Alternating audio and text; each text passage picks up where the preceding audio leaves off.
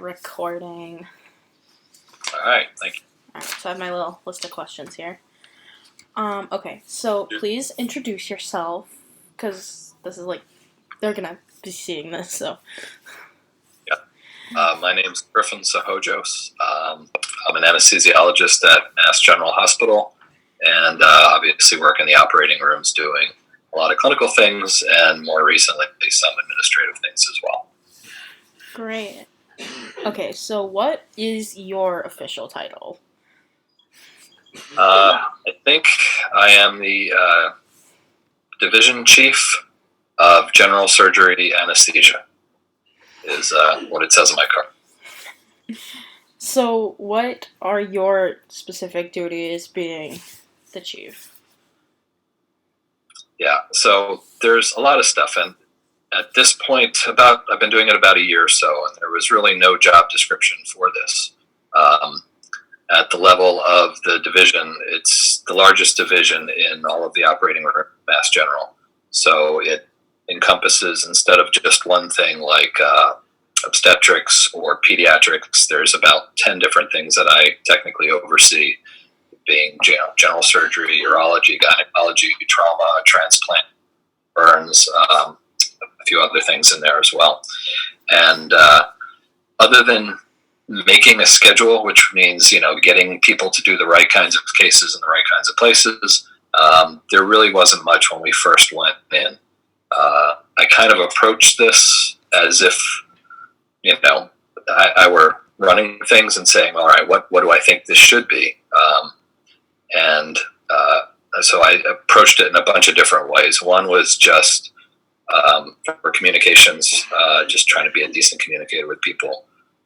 One was operations, which is sort of like making the schedule and making sure we have enough people on any given day, working out, scheduling things, vacations, whatnot with people. There is a big educational component that I feel very strongly about that needs to be. We have a residency program, obviously, at many different departments in Mass General, and for the anesthesia department, it's a large rotation that we do. So one of the things we do is make sure that residents get a good educational experience, make sure that they are not lost along the way, make sure that they are growing the way they're supposed to and getting the appropriate teaching, and also doing some research. We are trying very hard to do some clinical research in the department, which kind of went by the wayside with the last administration. They did a lot of other things that needed to be done at the time with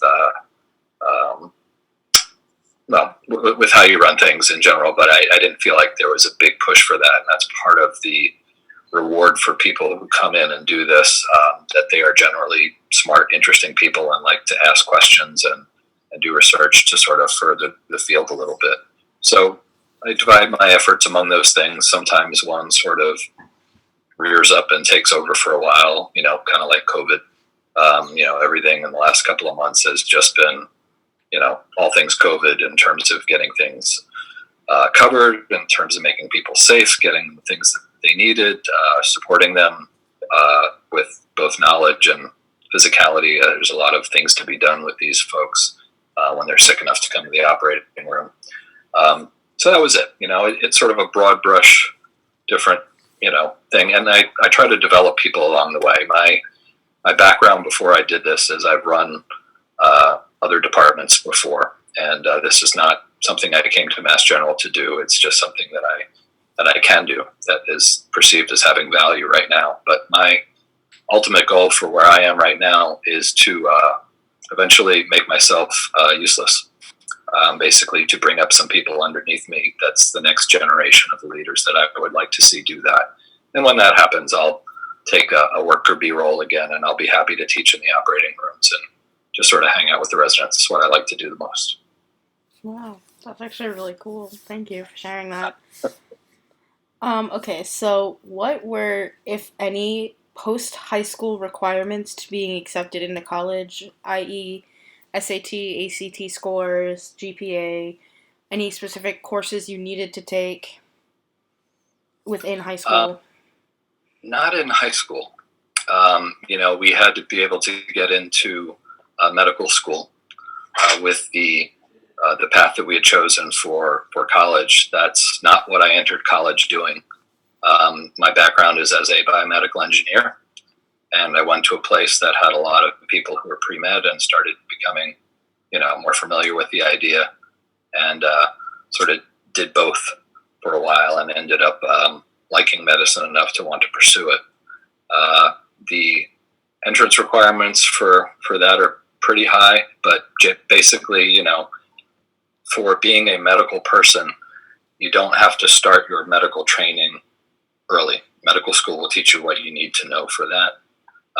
So in as much as this sort of career attracts scientists and people that are sort of have that bent to them, a lot of people go either a pure pre-med thing or biology or something like that. I actually like to see people take other things as well. There is so much that you have to go through that you run the risk of being one-dimensional after it's all done. If that's all you think about for 15 years or however long it takes to do all this stuff, I've never actually added it up. So if people want to learn history or if they want to do something completely different, I find that interesting.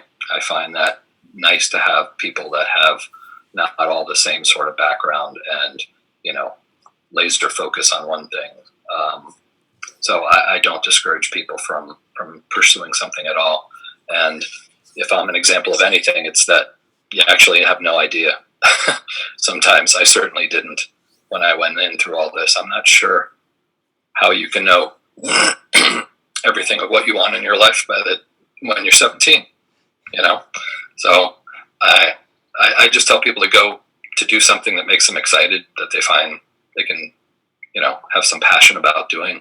And the way I would look at them later on would be like, is this not necessarily the best biology student or the best microbiology or whatever it is, but is this someone who has a passion for doing something, is not afraid to work hard, and not afraid to do it.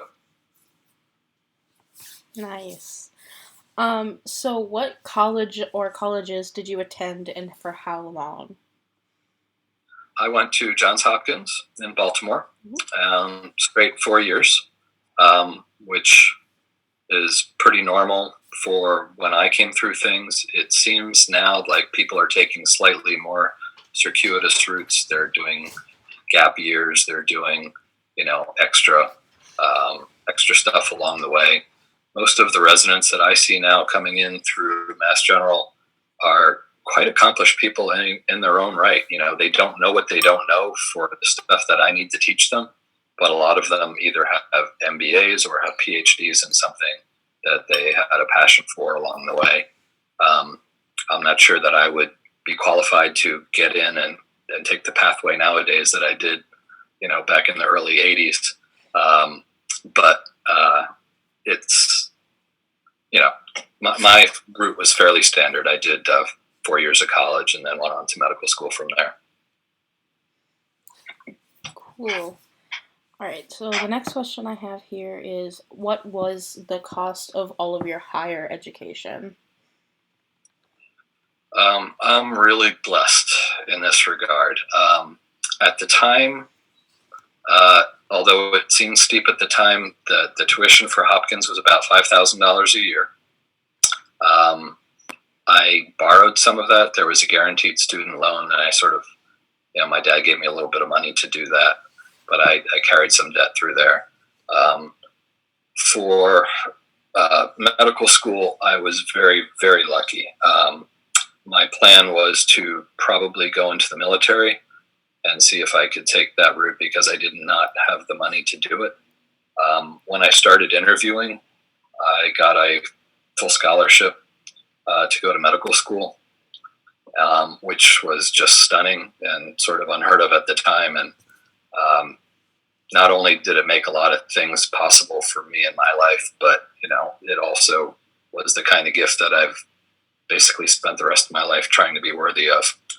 The kids that I talk to now that are coming in for jobs and such, I often ask them what their debt is that they're carrying, and it's stunning. A lot of these kids will have, better part of $300,000 worth of debt. It's, basically a mortgage that they have to carry. And it's people will lend you the money to do these things, but it makes decisions for yourself later on less about what you might want to do and more like what you might have to do.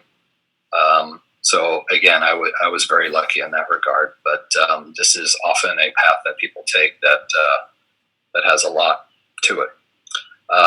There are some pathways that people can take in terms of either, like I said, the military.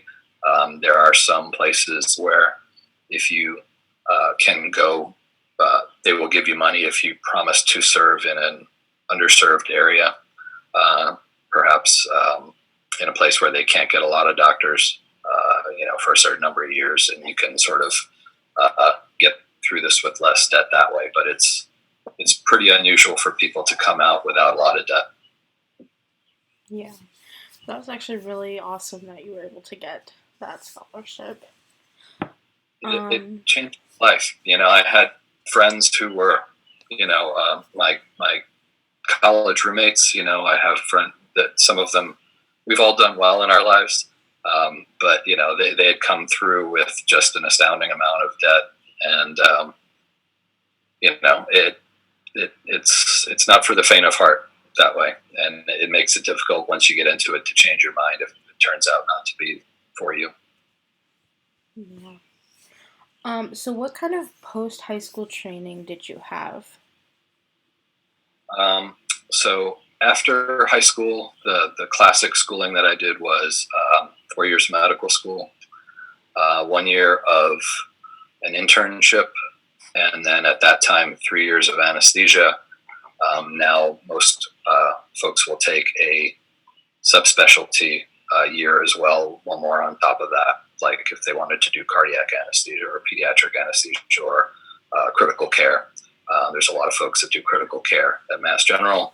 There's a large presence for that, and it's turned out pretty well for them in the COVID crisis in terms of the needs of what we had. But it's a long path. You start doing this stuff, when you're in your early 20s, and you basically give up a decade of your life towards doing that, and it's a lot to do, but it's worthwhile, and there are no shortcuts to get to that point. So how many years did it take you to complete, including college and all of the training outside of college, would you say, roughly? So 4 for college, 4 for medical school, 1 for internship, another 3 for residency, year fellowship. So about 13 years. Wow. After high school. Like I said, some folks now will take some time and either do a PhD or an MBA or something like that, which typically takes 1 or 2 years. So what kind of degree is required? So I am a physician. So an MD is the most typical pathway to get to what I do. There are other versions. Some people have a DO, which is a slightly different degree that you can get, that you can actually get accepted to some residencies with. There are fewer slots for those. And it depends really what you want to do. For me, it's the MD. For others, there are kind of like advanced practice nurses, if you will, people that come through that are not anesthesiologists, but are nurse anesthetists who go through, get a nursing degree, a BS, go for their master's, work in an ICU for a while, and then go back and do a couple of years of training for anesthesia. It's not the same. It's not, but there is some overlap between the two. So if, kind of like there are a lot of different things you can do in medicine that don't require necessarily an MD degree. So how did you become part of the Mass General team? Oh boy, that's probably a 3-beer conversation. In terms of doing this, I actually was in Boston in a hybrid academic and private practice job for a few years, several years, about 5. went off and did pure private practice for another 20 years or so, and then came back to Mass General about 3 years ago. My wife will tell you, make fun of me and said, I hemmed and hawed for 10 years and then suddenly made a move. But for me, it was, my kids were grown, they were done with college and grad school. And I had some friends who had some, close friends who had some very significant medical problems the year that I decided to switch. And the combination of those things kind of made my wife and I have some conversations between us, like, hey, we're pretty healthy, but none of this is guaranteed. So, like, if there's something that we want to do in our lives, maybe we should get on with it. And I had always thought about going back and doing some teaching with residents in an academic setting. So I sent out one letter. I had no, right to be received as well as I was. Ironically, the letter ended up in the hands of some of the people that I had taught when I was younger.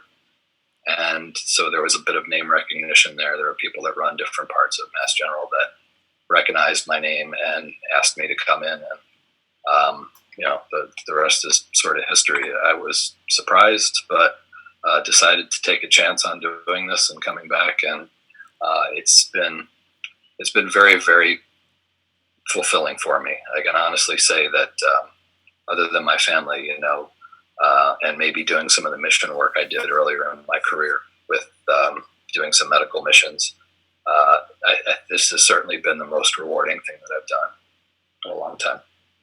It's hard to be cynical around young people. It's nice. So how much do you make now versus starting out in the very beginning? That's all changing pretty dramatically. There are a lot of different ways you could do this. You could work yourself to the bone and have no other parts of your life and make a ton of money. There are versions in academics, much like other things, where the teaching of things isn't necessarily rewarded as much as the doing of things. So that's another problem in coming back to an academic center. But in general, the amount that you start out at is very, very reasonable, and it probably doubles as you go through fairly quickly. There are no real rewards for staying into it later, 30 years later. It sort of goes with whatever the environment is, whatever the country values, and, insurance things, COVID, whatever, things that we can't control. So why/to whom would you recommend this particular job? The why, it's a really nice thing to do for people. People think that we only deal with folks when they are asleep. But the truth is we actually have a very compressed and kind of intense interaction with people at a very stressful time of their lives. And I find it very rewarding to help them. In terms of like who this kind of presents to and appeals to, people describe sometimes what we do as, 90% boredom and 10% terror. It is definitely not for people who need a lot of ego stroking, the people who need to be the center of attention. If I do my job really well, I kind of get in and out and nobody knows I was there because I haven't had a lot of bad lingering effects on the patients. So you can't need a lot of external reward for that. There are people who, let's say, just in contrast to a primary care person, somebody who you go see as your doctor over time, and they get to know you as a relationship, and they spend time with you, they influence where you go and what you do.